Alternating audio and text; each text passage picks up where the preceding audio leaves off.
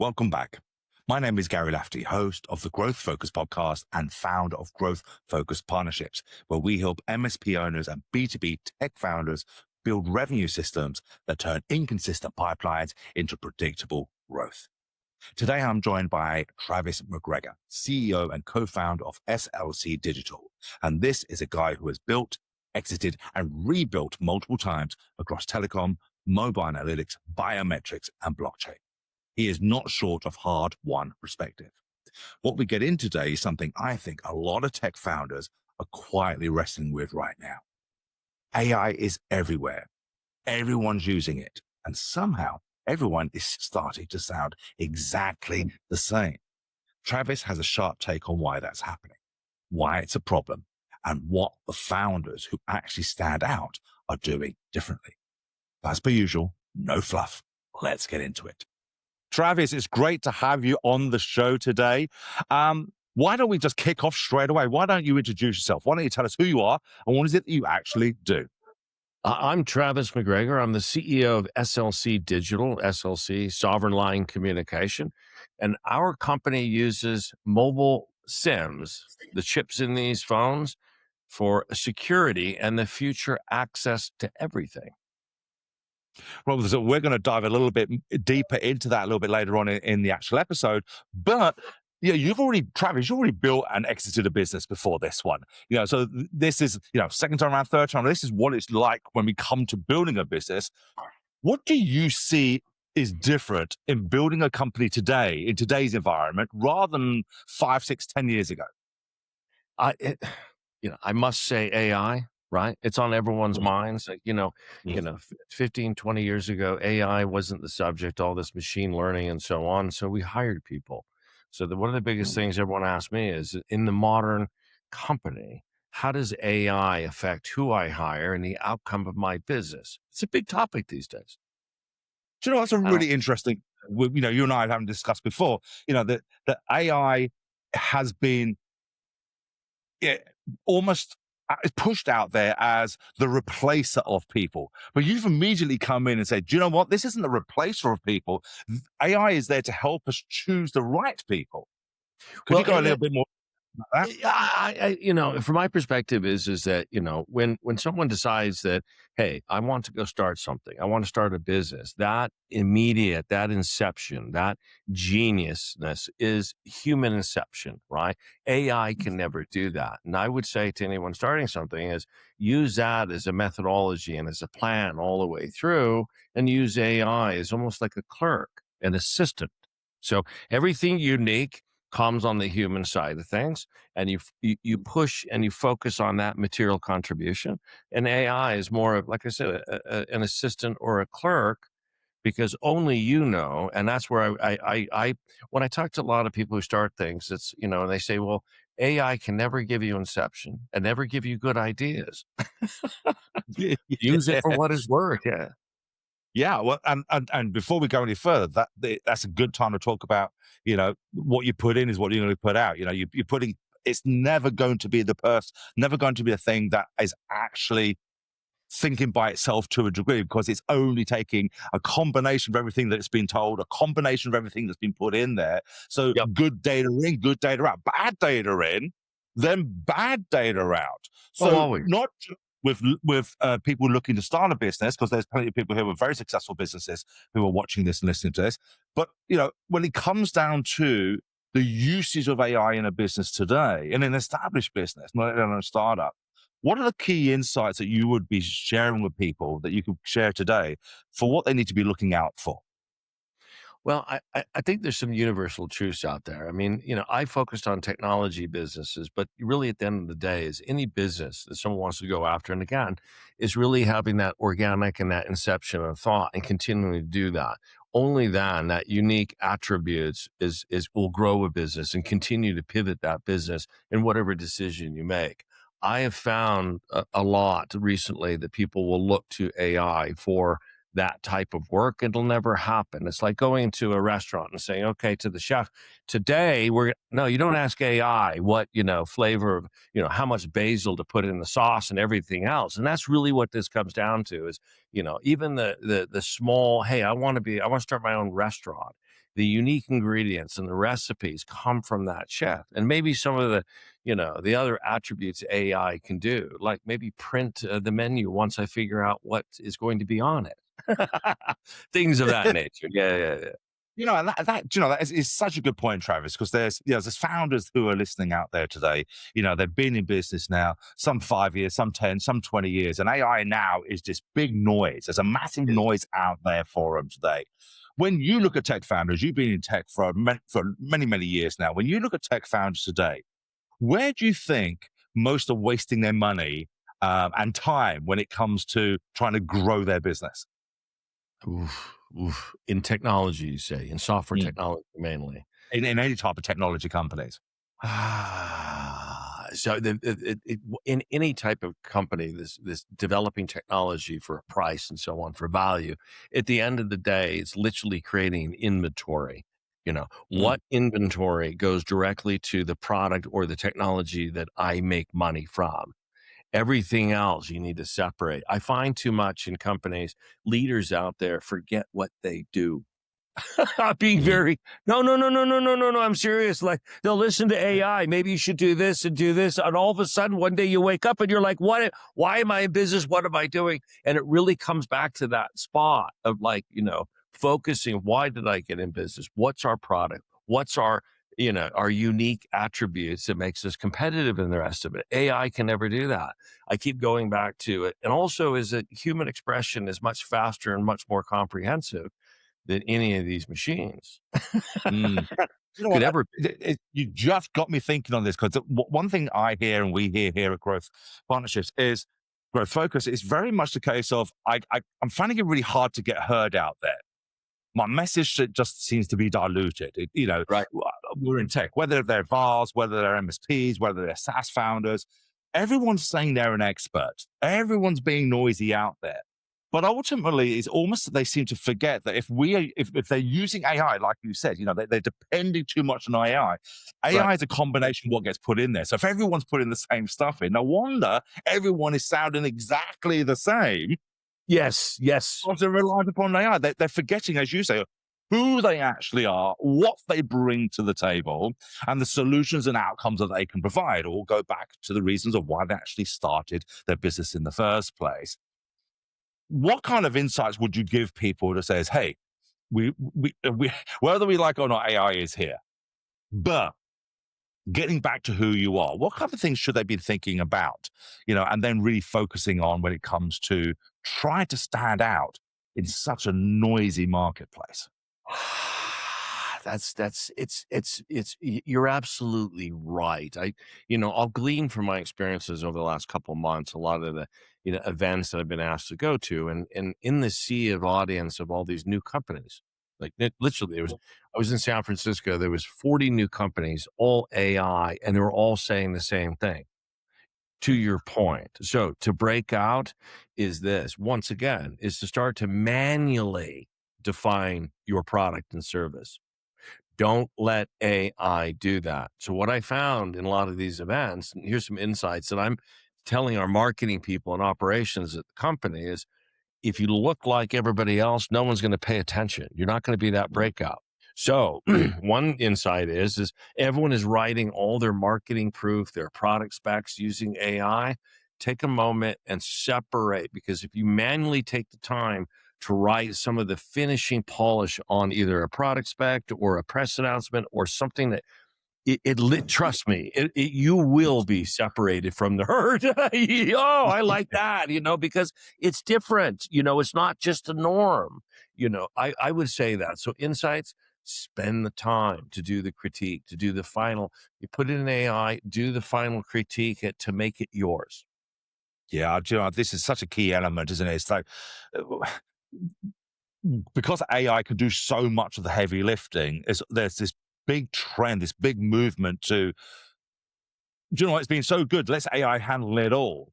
But AI can never tell your own story the way you want to tell it, can never tell the passion, can never have the passion that you had when you first started the business, when you first had that idea to create this product or this service. So I really enjoy what you just said there about, putting those finishing touches on it. AI can do a majority of it, but not just the ending. I'll push a little bit further, Travis, on that. Not just the ending of it, Yeah. but even the beginning of the beginning and all the way through the story of what you're trying to say, the message you're trying to say, is just bring more elements of you into those Yes. conversations, into Oh, that message, absolutely. and saying, yeah, John, this is what makes me different to everybody else. Because tech is tech.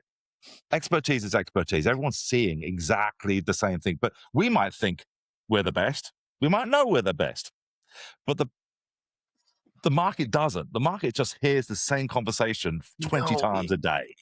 it's interesting. You're touching upon something that my father taught me, right? Mm, So he taught me how to raise money and really in the art of selling and mm, and going out there. And at the end of the day, you nailed it. When you have all the same technology, the experts, everything up, it's you.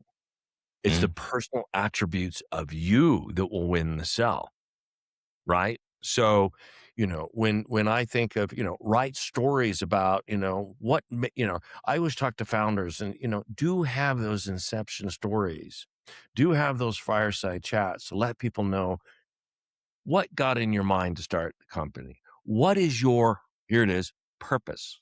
What AI Mm, can never do ever, ever, ever is purpose. So yeah. when you're looking at 20 companies or even 10 companies and you're shortlisting it down and you're looking at it, the ones that are going to set aside that you're going to really pay attention is the human side of it and understanding the purpose and the individuals running that company. I really can't stress that enough. And when I pick companies, I'm looking for those people. I don't want to go and pick the robots. You got to fit. At the end of Yeah. the day, it's people. Yeah, that's Yeah. like such a key element, isn't it? A robot, like you said, a robot is a robot. A robot is just a commodity. A It robot is is. just It doing is. what it's been funded, what it's been programmed to do, Yeah. irrespective of how you see that particular robot, whether it be AI or whether it be a physical robot or a mechanical robot. It's just functioning at the point that you told it to function, right? It's only Yes. doing what you told it to do. But the Yeah. actual personalized side of that, and I just want to unpack a couple of things you said there because you dropped a couple of great nuggets in there, which is it's creating your own stories. People in tech generally, from my experience, aren't really good at or feel comfortable under the camera and talking about themselves. They can talk all day about their products. They can talk all day about what they've created. But when it comes down to talking about them, they tend to suffer a little bit. They tend to choke a Yeah. little bit because they don't believe Yeah. they're Yeah. they're important enough for it, or their Yeah. story isn't interesting enough. But you and I would totally disagree with that, wouldn't we? Absolutely. Absolutely. Yeah. I always say people, they get enamored by AI and everything else. I said, really, at the end of the day, it's only two-dimensional binary processing. The human mind can see millions and trillions of different variations of color and chemical reactions and the rest of it. So, I said, it's the human side of it, but it's also the human genius of it, right? And continually come up with those unique areas of where you can make product and services better. That's what's going to drive business and profitability. Yeah. Absolutely. Absolutely. Well, in our previous conversations, Travis, you mentioned that many businesses are still building. Yeah, they're still building like it's 2018. We've moved on a lot further since, just in these last few years. What mindset shift do founders need to make now, would you say, if they want to survive in the next 5 years? Well, you flipped it right on its head, right? Because, on one sense, I'm saying you need the humans to have that unique purpose, to have that unique attributes of the product and continue to pivot on strategy and the rest of it. But, Mm, the big argument in technology development, the new modern company is that you have experts to 40 employees and the rest of it is AI. mm, Talk to a lot of companies. You go to Silicon Valley, San Francisco, New York VCs, and you talk to them, even at seed level investments, they are saying this is the future. So it is a process of taking inventory to figure out what your resources fall into the AI development and what that is very critical. If any advice I can give is that, a current business, you're starting a new business, and you have to figure that AI is going to be that wonderful assistant. You need to take the inventory and figure out what that assistant does for you. And if you mix match that and you don't get the right plan together, you're going to have all kinds of problems. So mm. that would be the advice and the insights. Well, let's move on to your personal growth a little bit, Oh, sure. because ultimately, irrespective of any size of a business, and as I said, you've had a great career to date. What's a hard lesson you've learned building and scaling companies that most founders, in your experience, tend to learn a little bit too late? It's it, you can't surround let me back up a second. Surrounding yourself with the best people. I Mm. can't, there's been times where it's like, I can do that best. I can do that best. And sometimes take a step back and really, really surround yourself by the best people and also different selection of skill sets. It's really, really Mm. important, right? In looking at that. So I would say that is for all teams is to really have that level of understanding. Yeah. And bring the Yeah, best. I'll agree with you there, Travis. We always see, very, very rarely do we see a company, a founder or a leader have people in place as they grow into that company. It's almost the afterthought. They've It grown, is. they're pressurizing the side walls. There's too much pressure. And then they think, I can't cope. Let's get the team in. As opposed to, let's put the team in now so that we can Now, grow into that company the way we want it to, as opposed to this absolutely. grow, stop, fall, grow, stop, fall, this roller coaster of growth. There's so much logic to that. The old way is that when I need someone, the job rec, the scope of work will come and then I'll fill it out and go find that person. The new modern with AI and everything else is let's get the best team in advance. Boom. And then go at it. Yeah, for sure. Yeah. Yeah, I think that's such a good valid point on there. And talking about that, talking about growth and expansion, and hitting those walls and putting the pressure on there, you and I both know that growing a business is never going to be a straight linear line, and everyone listening here, watching here will be nodding their heads as well. They go, yeah, totally understand that. Where was there a point in your business? I'm sure there was because it was in my one, a point in your journey where growth nearly broke you or really broke you as a business or nearly broke you personally because you hadn't foreseen what needed to be done early enough? That's an expansive question. So in my line of work, I'm heavily involved in intellectual property, Mm. right?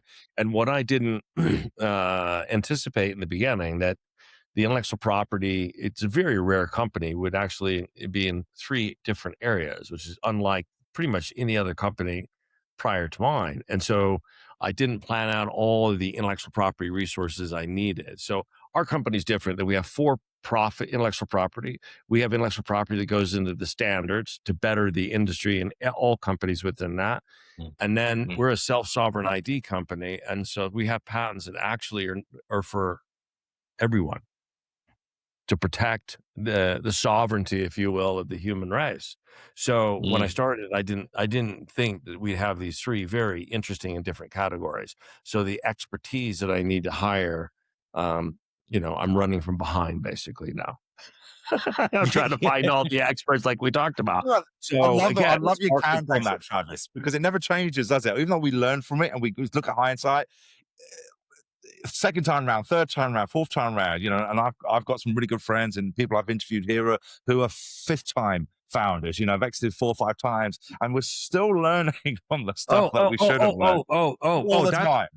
no, no, no, no, no, no, no. I don't care. Is it the more that we know, the more that we do not know? That is Yes. absolutely true. And then what? Humility. That's another one I would say is Yeah.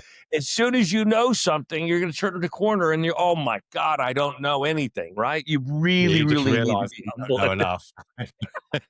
You always find someone who knows a little bit more about it. You go, oh, okay, maybe I don't know that. Now, that's a good point. That's a really good segue into another question, actually. Things move so fast in business. It's almost like, especially in growth, when it comes to lead generation, sales techniques, productizing, service orientation, everything changes so much, especially because of AI. But taking AI out of it and just assume AI is part and parcel of growing a business. If you were to start a business from scratch today, what would you have done differently in your first 12 months? Ooh, ooh. Um, I would immediately looked at the funding. I know it's wild. I know this is a wild comment, but I would look at the funding strategy. As soon as I had the concept of what I wanted to do, I would immediately looked at the fund because it's so bad out there. It's very difficult right now. So a lot of Mm. times you get going, you put the team together, you get some ideas, you file some patents and the rest of it. But immediately I'd look at how much money is it going to take and, and start to map that out almost immediately. Is that, I'm it's glad you tough, mentioned very funding, difficult. Travis.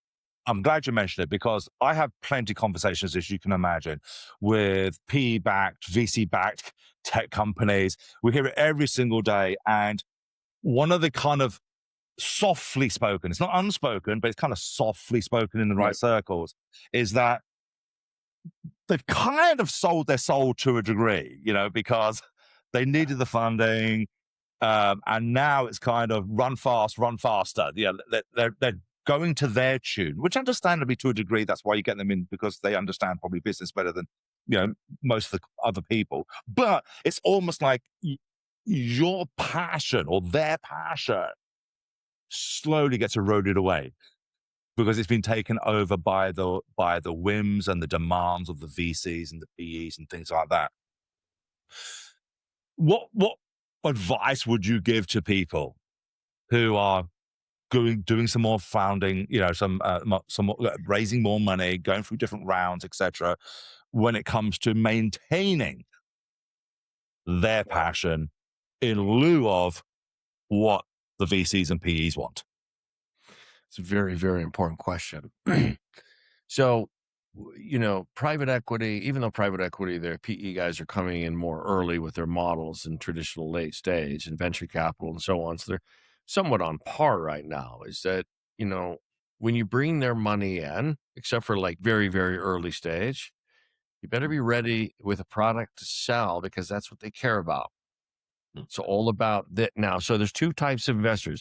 There's extremely early that says you have a wonderful idea and I believe in it and I'm going to put some money in. I don't care about revenue. I don't care about customers, nothing commercial because I believe in you, the team, whatever, and all that. That's the angel, if you will. That's the reason they came up with the angel.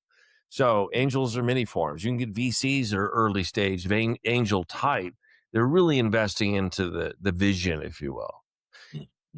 When you take money from VCPE, most likely it's going to be a clock's going to start and you're on that clock and you better be real ready to hit the performance of what those KPIs are. So it's all forecasts, hitting your quota, hitting your numbers. And the advice is that when you get to that stage, a lot of the product development should be behind you because it's all focused on going and selling to customers and scaling the business from a revenue perspective. Right. I would say in my business, it's been 4.5 years, no revenue. Mhm. Right. So Mhm. if I didn't get this in my mind right, my life would be very difficult because I'd be going against the grain and every day I wake up versus I have certain investors that know they're, it's investing in the dream, investing in the vision, get the product together, right? And it's sacrifice. It's never easy and it's a lot of sacrifice, meaning that it's tough. Be Is prepared there for a way, Travis, you would look at, or if you're having a chat with a leader who has obviously started the business because of their passion, they saw a hole in the marketplace, they saw a gap and wanted to fill it, or whatever the personal experience is, their story, going back to their story of why they started, but they're beginning to feel more and more eroded from that initial message right. because Oh, of the yeah, yeah, yeah. funding they've done. What would you be saying to them? Yeah. The vision, the purpose, it changes over time, right? And that original spark, right, is it's always going to be there, but it changes over time, right? You're going to get more people, and it will get diluted a bit. That's just par for the course, unfortunately, Yeah. It's right? just You're it's in going with origin, it. It's feeling bad about it. It is part of it. They're seeing stuff that you might not be able to see at the moment. They probably see a bigger picture than you might be able to see, because you're looking in as opposed to them looking at the wider vision. exactly. There could be That's so exactly. many other things. Yeah. Well, Travis, before we get into the quick fire round, I've got 5 questions for you, and I'll just fire them at you. You're not the only one, to be put under the pressure.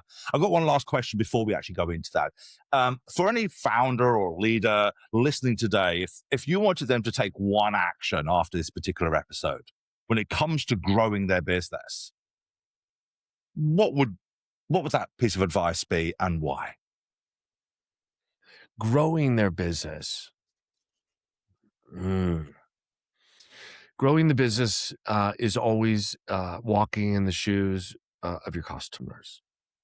I always tell everyone that, you have a good product, you get to a certain point to grow. The growth pattern is understanding the wants, the needs, and the ROI, what makes their business better, right? There's 2, I think, flavors to it, and that's really what it is.